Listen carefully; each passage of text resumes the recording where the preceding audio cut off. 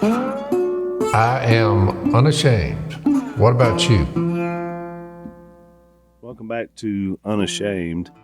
Super excited about we got a guest coming on in a little while, and the movie star. It's always good to have movie stars on, Jace. You know. I was looking at this guy's bio. Can we go ahead and say who it is? Yeah. Dennis Quaid. And I was exhausted just looking at what he's done. He's done some great movies, and it's like I didn't realize how many movies that he's done that I really liked until I started looking back through the list. But some of those I want to ask him about. Of course, he's got a new movie coming out, which we'll talk about, Reagan. And Jason and I both watched it. Dad didn't get to see it because he's got too many technical issues down here. But as soon as I've been seeing the trailers about it, I was super excited because Reagan, I was just kind of coming of age as a young man, as a teenager, but also politically, ultimately, because when I turned 18 in 1983 was right during Reagan's term. But I had grown up listening to you, Dad, and Granny and Paul and Mom talking about politics. And we had never been a super political family. I mean, it just kind of wasn't on the front burner when I was young because of the life we were in. But once we moved down here, you guys got engaged. And so it was rough times. I mean, the interest rate, I think, Dad, on the house when you and Mom bought it was about 26% interest. We talk about interest today being 8%, and it's, too high. We want it lower.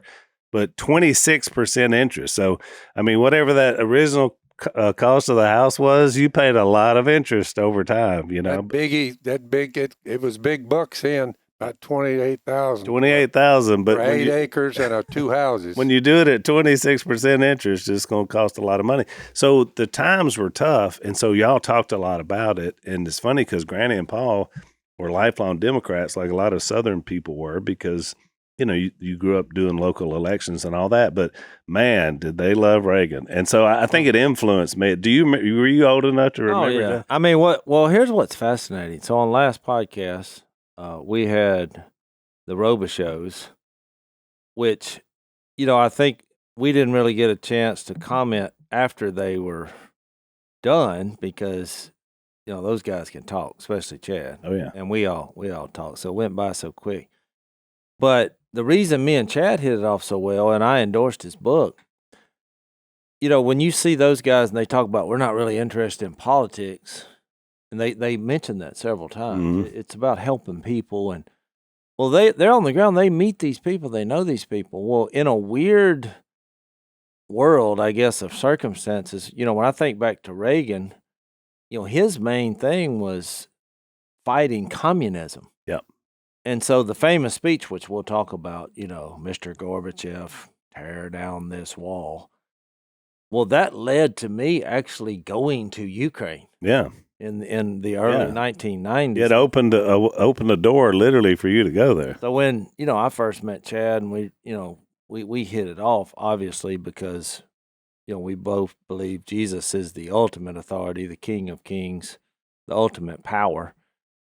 But also this love for people. And you really see that, in our military, they're fighting for each other. They're helping people. You heard his son say, it doesn't matter if they're black, white, Asian. I mean, because what they're displaying is the love of Christ in helping people without any kind of, let me check your background, your culture, what you did last night. They don't do that. Right. So it's unconditional love is what you see.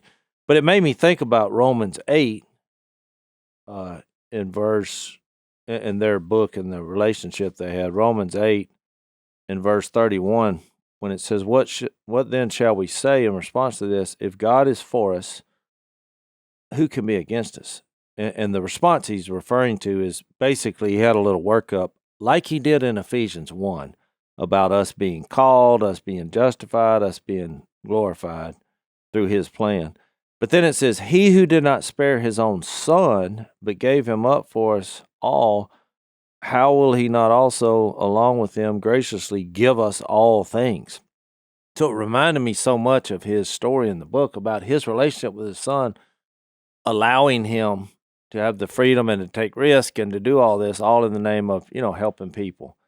But so now, you fast forward that, because I wanted to jump in there, but we were trying to let them talk. But I was like, there's a difference when you know those people. When I went to the Ukraine and spent there a month, well, I got to know all these people.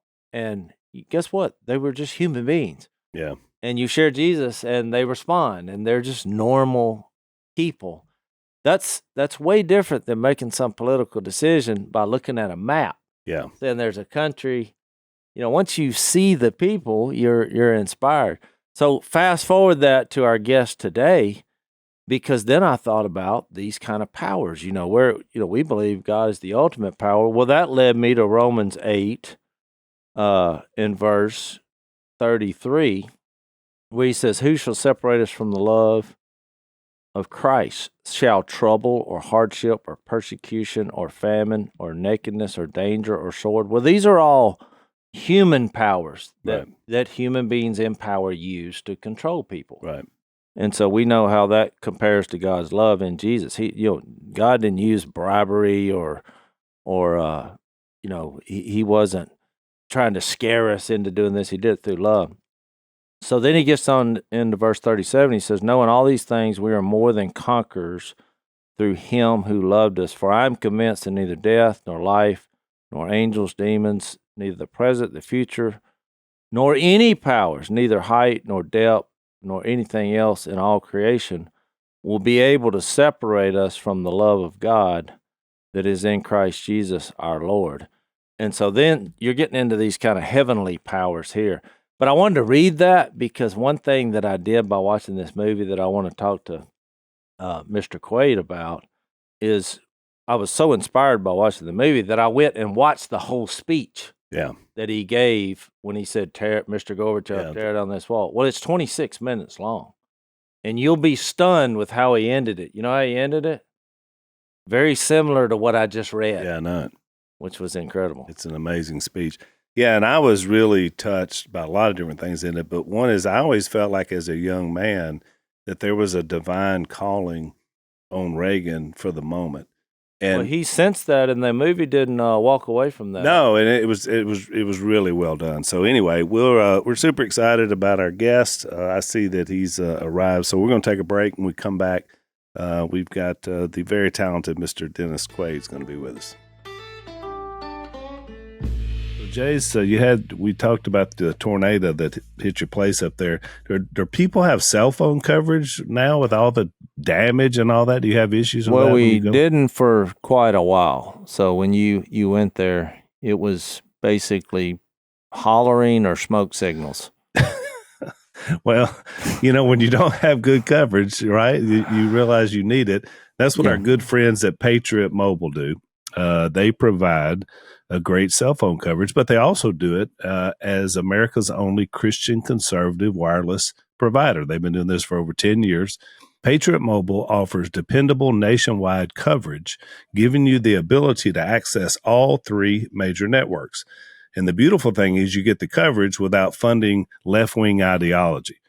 When you switch to Patriot Mobile, you're letting everyone know that you support free speech, religious liberty, sanctity of life, the Second Amendment, and of course, they're great supporters of our military, veterans, and first responders. If that isn't enough, they also have a 100% U.S.-based customer service that makes switching to Patriot Mobile easy.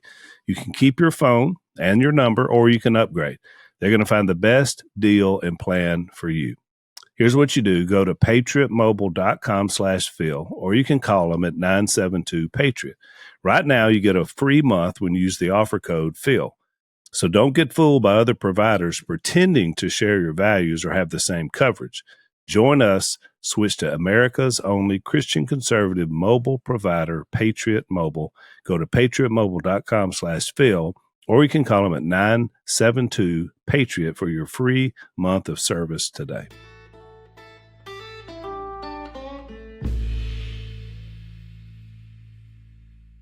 We are being joined by one of our favorite actors, Mr. Dennis Quaid. Dennis, thank you for coming to Unashamed. Hey, man, so glad to be here. Really fantastic. So we were talking about, we're going to talk about Reagan, the movie. We mentioned that a little bit before you came on, but we couldn't help but talk about some other movies we love. We wanted to ask you about. The first one I ever saw you in was called a movie called The Long Riders. Yep. Do you remember that? You've done so many movies that it may be you may have to. I know we're going back in time, but it's That one was of my first Western. And, it was the Carradine brothers, Yep.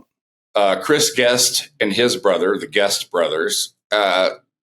the Keach brothers, and the Quaid brothers. Yeah. And it took about 4 months, directed by Walter Hill, manly men doing manly things with men in a manly way. That's why we loved it so much. It was just a really, really great time. Fantastic. Well, here's what's funny. In our family, of course, we're kind of the redneck Bible study. We were talking about that as you joined us. But so I just did the math there. So I graduated high school in 87. So I guess I was 11 or 12 years old. Yep. But back as a family, most families didn't do this in our world. But our family, if it was a Western, there was no rated R. You went to the movie. So at 11 or 12, I went. And the Western trumped all ratings in our family. The Wild West was rated R. It was, exactly. Well, exactly. But every time so's the Bible, by the way. Well, right. Every time there was a 4-letter word, my mom would whisper, "Don't you ever say that." And then there was a couple of scenes, I think, where y'all had where, a woman revealed her top half. And the next thing I would feel was a smack, and it was my mom putting her hand over my eyes. So that was really the first memory of that movie. Yeah. But I think that was one of the first Westerns that really highlighted just the sound of the gunfire in slow motion. And it really captured that feeling of the country. Yeah. Back then, and the music I thought was fantastic. I remember we had a lot of like old songs written by Anonymous in there, that were from that era around post Civil War era. Like I'm just a good old rebel. That's all I really am. Yeah. When everybody was wearing the long coats, it was just. It had a cool feel about it that was new. I mean, this was, exactly. Movies were changing, and the old Western genre where it was just kind of and I love those. I grew up with the John Wayne and all that, but it just kind of brought a cool factor to Westerns. I thought that was really cool. That was the 70s too, where you had the anti-hero. Right.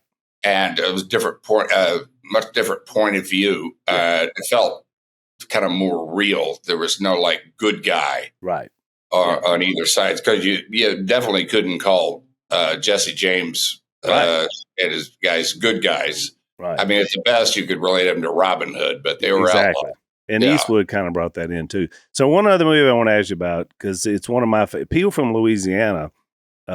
Everybody's All American, which was set in Louisiana. I was actually there for a couple of games where you guys were filming in front of the live audience in Tiger Stadium, which, to LSU fans is like the greatest place on Saturday night. And you were actually there. And so I witnessed some of the filming that was there. So to people from Louisiana, that's like, I don't know how that was in your movie career of success, but like people that grew up here love that movie because I wanted that movie so bad.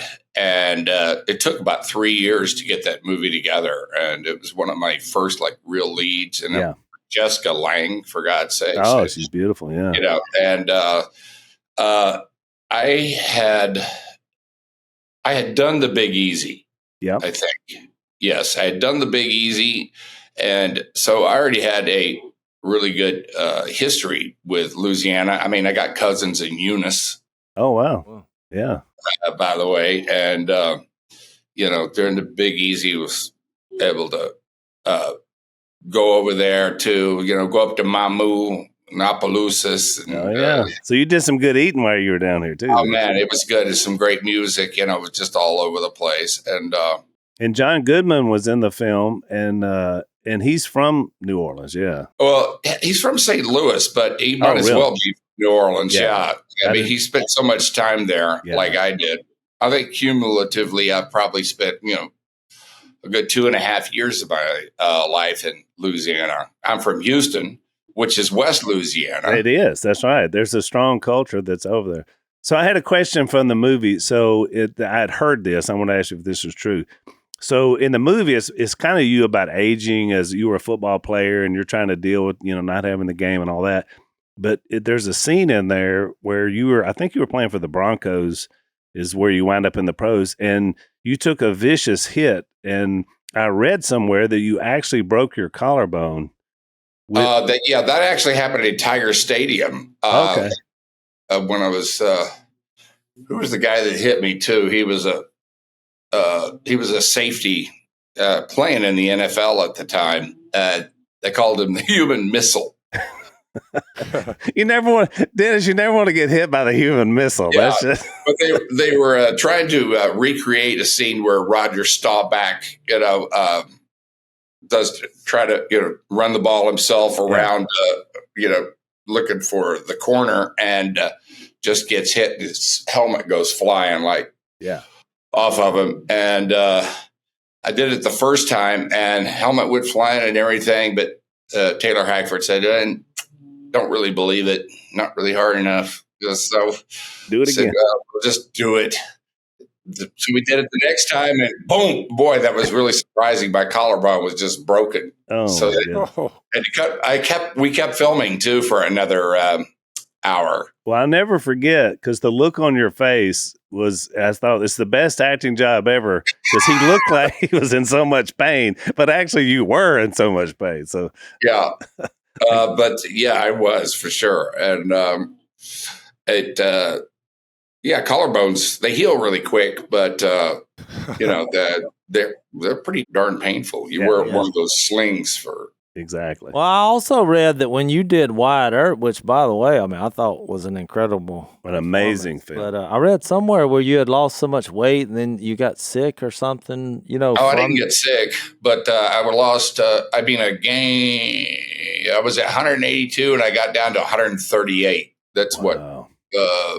40 something pounds or whatever, 38 pounds. And because I wanted to, like Doc Holliday, he had a lung disease, and that's the reason he went out west from Georgia. And having that and knowing you're not going to live very long made him actually really good in a gunfight, because he was going to die anyway. So he just was calm and would draw and point and shoot where everybody else is just shooting off. And but they hit that. He was puny, and I think that had a lot to do with his psychology. So I got down there just to feel what Doc felt like. Yeah. But then I had to stay there for 5 months, because that's how long it took to do the movie. Oh man! And it was tough. But I love doing that movie, man. Westerns, riding a horse, shooting a gun. So Zach, I told you when your daughter got married. In my opinion, the Bible doesn't say this necessarily, but I think now that makes you a patriarch because you got married kids. Do you feel like a patriarch? I don't know. I feel like a man who is handing out a lot of money to kids. So I don't know if that's connected. Well, that sounds very patriarchal to me.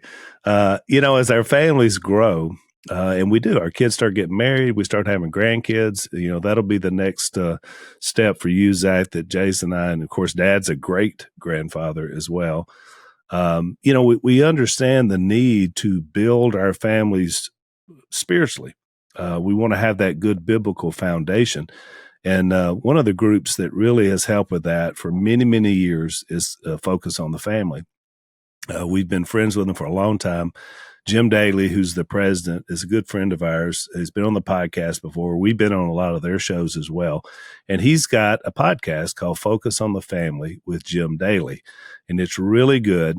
It's designed to help you guide your loved ones and your families through all the unique challenges that are out there. They have decades of trusted, compassionate stories of redemption on the podcast, including some of ours. Jim is going to connect you to biblically sound advice on marriage and parenting that is relatable, practical, and genuinely interesting. This isn't just another podcast. It's a lifeline to a better family. So whether you're dealing with everyday issues or searching for some guidance on more complex matters, Focus on the Family is there to support you every step of the way. Check it out on your favorite podcast platform or visit FocusOnTheFamilyWithJimDaly.com and start making a difference in your family's life today. That's FocusOnTheFamilyWithJimDaly.com. Check it out.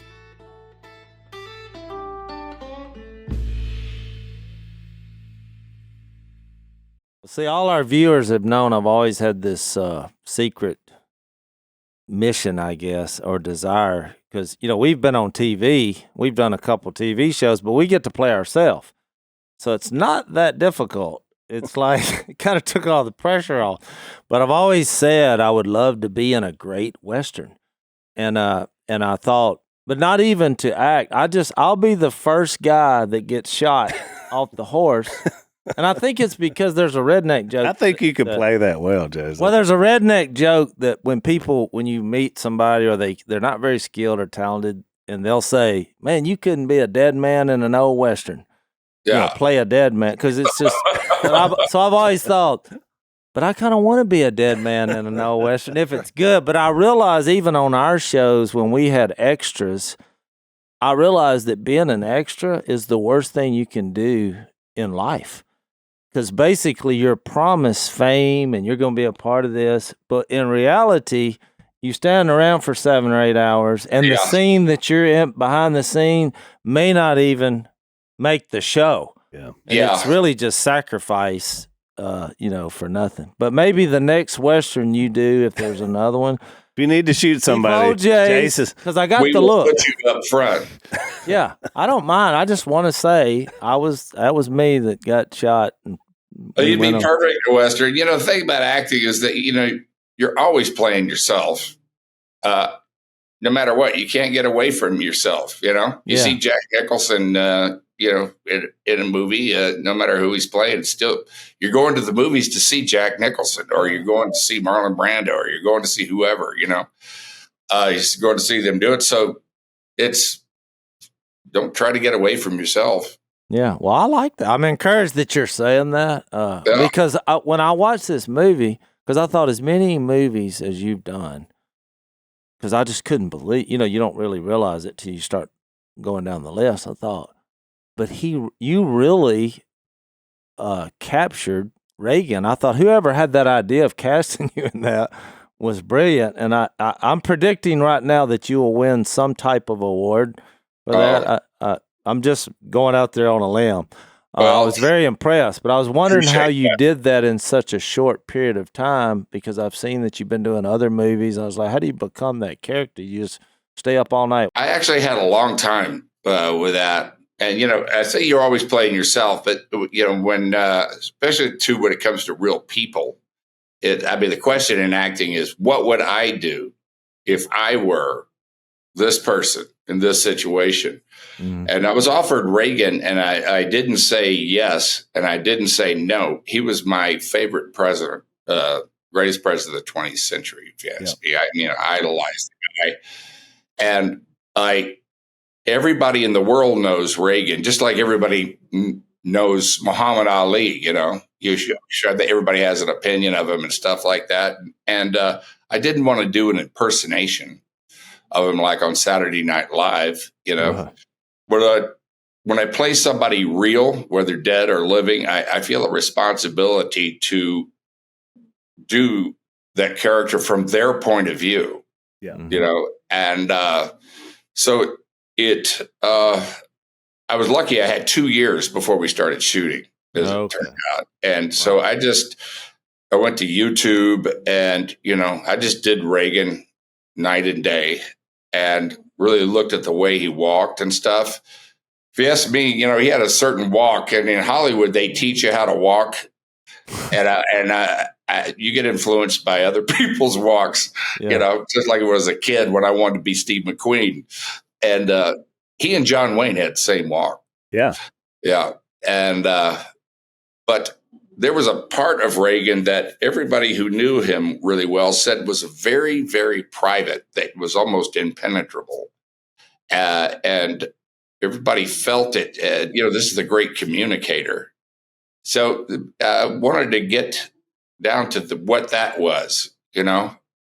And I think it's someplace it came from childhood. I think that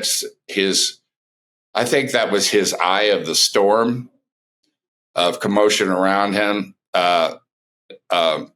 from his family life, where he went to for peace, even in the storm around him. Also, where he went to pray and to contemplate, and that was very key to me with playing Reagan. Tear down this wall. Oh yeah, that became. Well, I think that was his, and the movie did a good job. Yeah, because it kind of told it from that Russian perspective. But I was going to say, one of the things I learned a lot from the movie, Dennis, because I didn't know a lot about Reagan's early life, and I thought the film does a fantastic job on understanding the man as he was a boy and a young man. Yeah. And I thought that was really a powerful thing to help you understand the man he became. Yeah. Was talking about that private place. He had an alcoholic father that, he had kind of a double-edged sword relationship with him. He really loved and admired him. His sense of humor, actually, I think he got from his father and the storytelling. But, that it was also was kind of a source of shame for him at the same time, I think, growing up. And, in that he became kind of protective. And his mom was his rock. Well, that's where Reagan and I had many similarities. I kind of grew up in the same situation, maybe not to the degree he did with his dad, but, my mom was my rock. That was for sure. We were both actors, and we both, I think, naturally have sunny dispositions to begin with. But I didn't say yes and I didn't say no, and because I wanted to be able to feel like I could get to him other than just the exterior, And I got invited up to the Reagan Ranch. This is about a couple of months into me making my decision, and it's not a tourist spot. This was the Western White House, where he and Nancy went to in the mountains of California. There, he bought that right after he was governor, and you go up 5 miles of the worst road in California, and you get to the top of the mountain and go through the gate, and came out into the clearing, and I got it. I realized that Reagan was actually a very humble man. Yeah. And you could feel him there on the place, because he really did do all the work there at that place. The house itself was the Western White House, where the Queen came. It was maybe 1,100 square feet.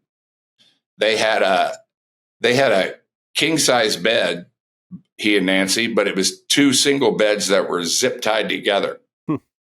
And they had a little basket there remember back in the 80s when it took 3 remote controls to turn your TV on. Right. So you had to have a special basket for it. Yes. Yeah. And they had GE appliances because, he had a deal with GE.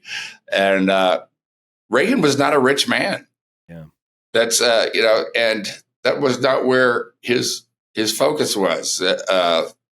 He really was dedicated to public service, and he was a great man.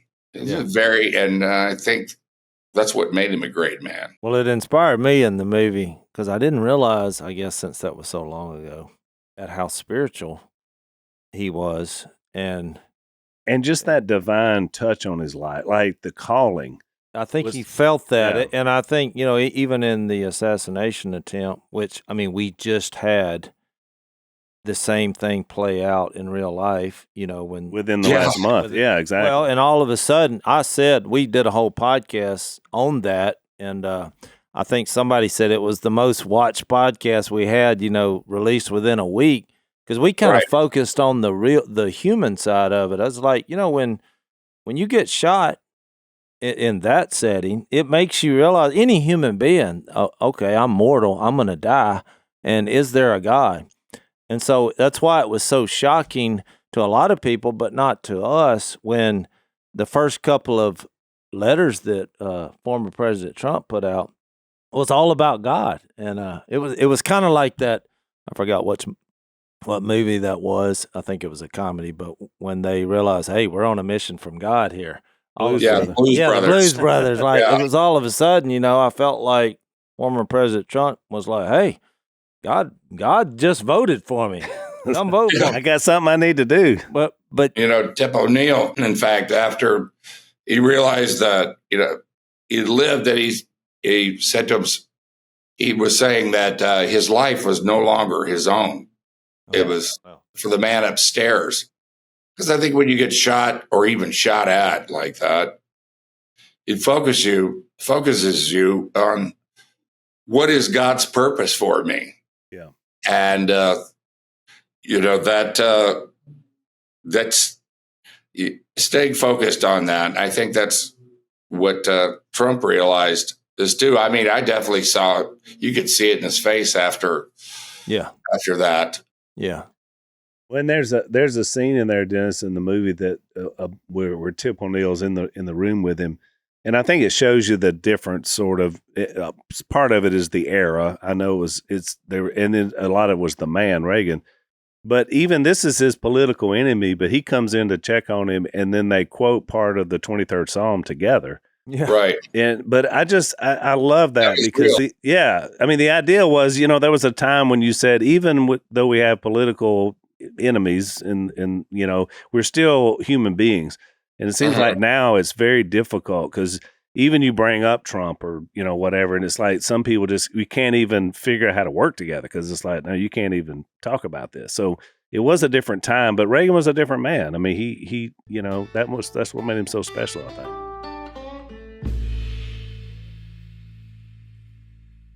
That was a time where you had liberal Republicans and conservative Democrats. Right. That demographic started to change after that and in the 90s. But, we all need to get back to that in a certain sense. I guess maybe the closest you could even come to that today would be like Joe Manchin, who was, but I would certainly like to see us get back to a dialogue about it instead of having to be so black and white. And I think that's up to the American people, is to, and tell you the truth, Republicans and Democrats, we need each other. Yeah. We really do. We need each other to kind of keep a governor on things going too much this way or too much that way. Right. Because that's where the American people are. I think the majority of American people are in the center. Mm-hmm. And this country was based on compromise. So if we can get back to just having a dialogue about it instead of just digging in our heels. Yeah, and I thought one of the things that was really that I learned that I really guess I never knew from watching the film was how much communism and Reagan's seeing that early, as things were kind of percolating and what he saw in Hollywood and all these different ways, and how that shaped him is having sort of that common goal and the idea this is something that needs to be defeated, not just somehow we can live together, but it's like this has to be put in a place or else it takes away the freedom from everybody. But that was a really powerful theme of the movie. And I think the way it was made, the way you guys put it together was so powerful, even told through a Russian perspective. I thought John Voight was amazing in the film. Yeah, great. That was a great way to tell that story, too, from like a Russian KGB officer's point of view. And you're right. That was it's kind of the overwhelming theme. And it's about survival. Yeah. In a sense, that's what World War II was about. That's how we came together as a nation in World War II to save the world. It was about survival. And the Cold War was going on. I'm sure a couple of you guys remember when we were in school and we had those drills where we had to get under our desk and, duck and cover and kiss your butt goodbye. That's right. for in case of like a nuclear attack. It was very real time. We came very close to it, even during Reagan's time. Yep. In fact, during Reagan's time, it was just as much of a threat as it was during the Cuban Missile Crisis. And but it took somebody like Reagan to win the Cold War. Jimmy Carter had tried to diffuse things. I voted for Jimmy Carter, actually. He was the first president I voted for. It was post Watergate. And, one thought we needed an outsider and somebody that would, that we could trust to bring trust back to government. He was a Sunday school teacher from Georgia. I mean, yeah. And that worked. I thought it worked really well when the peace agreement he got with Egypt and Israel. Yeah. With the Russians, and the economy too, but with the Russians, he was like being a Sunday school teacher. We gave away the B-1 bomber. We gave away several essential things without asking anything in return from the Russians. And in the real world, Americans want to be friends, and in the real world, you get laughed at that way. They see it as weakness. Yeah. And they went and built their military up and their missile counts way up. And it took somebody like Reagan to come along and say no. He was the first president to say no to them. Yeah, and I love that. He said he wanted to be the first guy to say "niet," and he did in the film, which is very powerful. Which remind me again, I thought I saw some similarities. I mean, he didn't have that Trump, attitude of saying what he's thinking every second, but these kind of things like I'll go make a deal. I mean, because really, with that whole Cold War ending the way they portrayed it, they just got into a room. First they tried it with the whole crowd, and he's like, I got an idea. I love that scene. It was one of my favorite scenes when he wanted to have a take two reboot. I thought you did a really good job on that really without good. giving the movie away, and it just went down a different road from there in a personal relationship type of way, which is, I mentioned this before you came on. When I watched that, when he gave that speech in Berlin, I just immediately, as soon as the movie was over, I was like, I want to watch that whole speech. So I looked it up. Obviously, it was everywhere. It was 26 minutes long, but I was really shocked at how the end, he started talking about love. And then he gave this picture of the cross that was a lot like the Romans 8. And I was like, where was I when he was saying that? I thought it's politics. I'm not interested, but I thought, man, what a speech. Yeah. I mean, wow. It was Reagan and the Pope who had also had an assassination attempt on him just, a couple of months from that, and Lech Walesa and the Polish people that brought it down. But there are so many similarities to today's times. Back in 78, 79, we had oil. We had oil problems and stuff like that. We had hostages in Iran. Yep. Nobody talks about the hostages we have now. Yeah. That are over there. Yeah. Why is that? Right. The economy was inflation, 20% interest rates. Yep. Yeah, inflation. There was a feeling of malaise that we were a country in decline, right out of Jimmy Carter's mouth. In fact, and Reagan came along and said, "No, we're not a nation in decline. We're going this way right here, and here's the way to go." And he gave us confidence. Yeah, and there were those, and of course, a whole bunch of on the other side who called him a warmonger. He was going to get us into a nuclear war. He was going to destroy the economy with his trickle down economics. He was going to, all those things, all those things that he did with that in '84. He won every state but Minnesota. That was Walter Mondale's state. Exactly. So, he did a great job, but it took a cold warrior like him who talked tough Yeah. because they respect him too, and that's what Trump is doing too. Yeah. Is You know? that's what I was trying to bring up. It seemed eerily similar. It's like kind of the Yeah. same problems, the same issues, and they even really captured the same opposition toward him.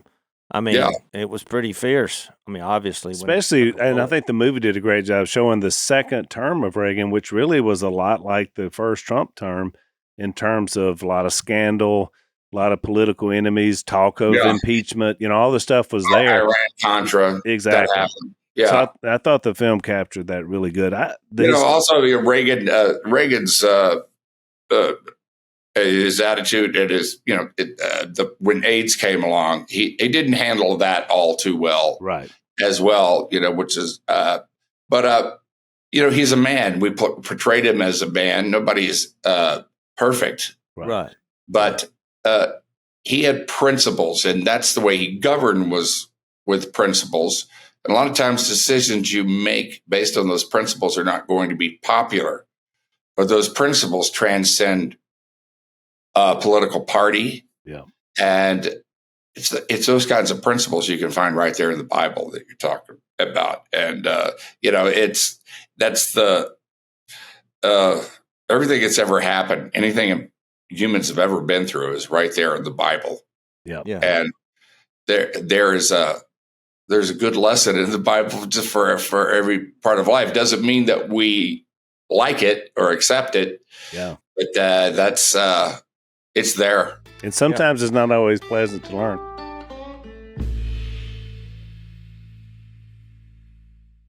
So Dennis, what do you hope folks can, get from the movie? What's kind of your hope behind it? I know you guys are trying to get folks to see it. I know that because we're in such a highly charged, polarized time, there'll be people that are against it just because it is about Reagan.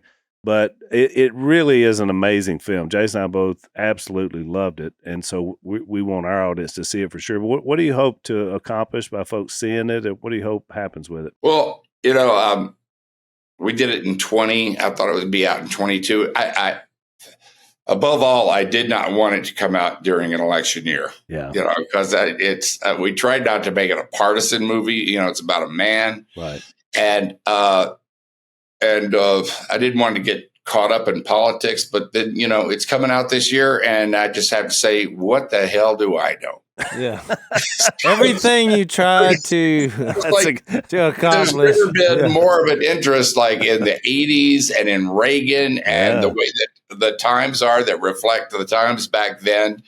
It's, everybody who was born before 1985, that you get a reminder of what this country used to be like. Yeah. And people born after 1985 get a chance to see what this country used to be like and what it still can be. Yeah. And it's inspiring that way. I'd say it's my favorite movie that I've ever done now, and I'm really proud of it. Yeah. But first, I want people to be entertained. Yeah. You're not going into a civics class when you see this movie. You're seeing the story of a man, of an inspiring, great man. And even those that were, people hated Reagan too. That I was saying before, it was a warmonger. They said this and that. And those feelings still kind of hang around for him in a way. Yeah. And those people, I think, will be just as interested in going to see it as well. Reagan, Reagan was like everybody's dad when he was president. Yeah. That was the thing, especially the boomer generation like mine. Yeah. And that could be for better or worse, the good dad or the bad dad, you know what I mean? That you rebelled against or that you really idolized. That was what Reagan was to the American people. Well, I was really moved because Reagan was one of my early heroes too. He's the first president I voted for. I turned 18, 1983. So 84, I was part of that landslide that voted for him. And it's always had a special place for me. I remember exactly where I was, what I was thinking when he was shot. Mm-hmm. And so I was moved to tears watching that scene, just going through that. And especially because at first they thought he hadn't even been shot, and then he was. And just watching the human part of that relationship. So I'm like you, it all has to be on God's timing, because I couldn't help but think about so much that's going on today that was so much like it was back then, and the fact that there's a Donald Trump now that is a lot different than Reagan, but in some ways has a lot of the same feel. Very much to say about Reagan. The presidents really reflect us. That's right. Trump reflects us. We're at a time where it's kind of it's a different world. It's a little bit. It is more brash. It takes being more brash and stuff, and so it's in that way. I think they're very similar, and I think Trump has principles that he operates off of. I mean, I haven't noticed his policy change, his principles change since he ran for president in 2016. That's right. He's been talking about the same things. Yeah. Well, it's neither one of them were deemed politicians. One of them was an actor, right? And that's the other thing. They have the similar. Yeah. Well, I say that to my wife. That when he first ran, my wife would be just like, I can't believe he said that, and I would say, babe, he's not a politician. Well, look, after she said that the 1,000th time during that, I kept getting louder. I was like, he's not a politician. Well, he's gonna say what he thinks. I was like, look at my dad. He says what he thinks, and people are like, oh, yeah. I mean, my dad who's here right now, he's actually spoken in front of church audiences before, and most of the time you think amen or well or hallelujah or Jesus, but my dad would constantly get a gasp. People would go, and I was like, now that's talent, Phil, to get 1,000 people to gasp simultaneously. It'd be some graphic illustration. But I was like, well, my dad's not a preacher. Jesus made a lot of people gasp too, Exactly. But it comes with plain talk, but you believe it. Now, you may not like it or agree with it or think he's, crazy, but he's like, you're not allowed to think that way, but like the plain truth right in front of you, like the emperor has no clothes or describing the elephant or whatever. But at the end of the day, I brought up on that assassination attempt how his family, his wife, Melania, wrote that beautiful letter to the country about love. And it kind of reminded me of this same kind of thing. And I know his family, even though I've never met Mr. Trump, I knew his family, his sons, because we hunted together and did charity events, just unassociated with politics way before this all happened. And I kept looking at the man's family. I'm like, well, he's a family man. He's just, and he's not a politician. So once you kind of understand that, you understand the whole, way he is articulating. So very blunt. So I found that fascinating. But in that, all of us, I mean, when you first sat down, we were doing our first segment. I was reading Romans 8. But the first thing you said was, you're like, my mom, that's her favorite passage. She read that to me when I was a kid, Romans 8, yeah. And I thought those kind of things, because these characteristics that are in the Bible reveal a person, and these characteristics are all good. I mean, they're loving and they're joyous. And, other religious people might have manipulated that and misused it and even gone to war over things they thought were true in here. But just because they messed it up doesn't mean that the picture of who Jesus is not true. And these qualities are good for human beings and relationships. Yeah, and also the flaws. Yeah, that's right. We're all flawed. And to point at someone about their flaws, Trump has many of them. I have many of them too, but you're pointing at yourself at the same time. Exactly. With things like that, and I think that's the way. I think things have changed over past decades. Is that I think just as a whole in a culture and society, we're coming to accept people's flaws a little bit more when it comes to public office. Yeah. Well, that's the most needed thing. Because look, I mean, the bottom line is God uses flawed people, to make himself known. That was David. His plan. Yeah. Well, look at us. Look at Moses. He was a murderer and had a stutterer. David, Bathsheba. You look. It just go down the line. Exactly. Well, it's even like I was listening to some of your music, your gospel album, which is a gospel album for sinners, right? I mean, that's what you entitled it, and I thought, man, what better way to talk about the flawed humanity than to sing about it? So I loved your stuff, by the way. I thought it was really good. Thank you very much. Yeah, one of the largest audience possible. That's call it a gospel record for sinners, but that's it's really it's my I guess that's just my spiritual journey. The record as a whole is what it is, and I was one that I was raised in the Baptist church, and I got disillusioned with what I call churchianity. Yep. I guess we talk about it a lot on this podcast. Yeah, when I was a teenager, and then I drifted into Eastern Red Siddhartha, or drifted into kind of Eastern philosophy and Buddhism, and I read the Dhammapada, the Bhagavad Gita, the Quran, and I've read the Bible like 4 or 5 times in my lifetime. Each time is different. But then I came back to the red words of Jesus. That's really what brought me back, and realized about what it's all about. Really is having a personal relationship. That's it with God, particularly with Jesus Christ. Yeah, so good, Dennis. That's exactly what this podcast is about. So the movie's going to come out August 30th for a nationwide release. It's going to be amazing. You can go to Reagan.movie if you want to see the trailer for it now.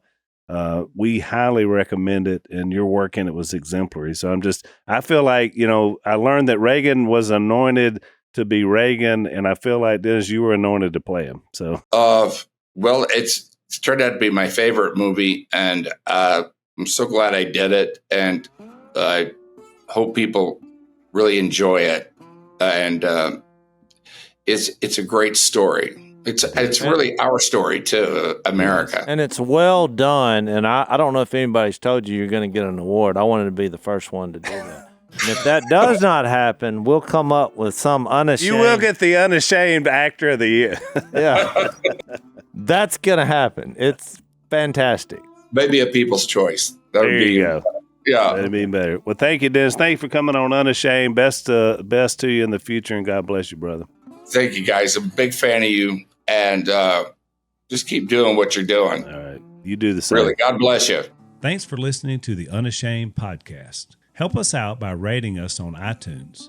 And don't miss an episode by subscribing on YouTube, and be sure to click that little bell to get notified about new episodes. And for even more content that you won't get anywhere else, subscribe to Blaze TV at blazetv.com/unashamed.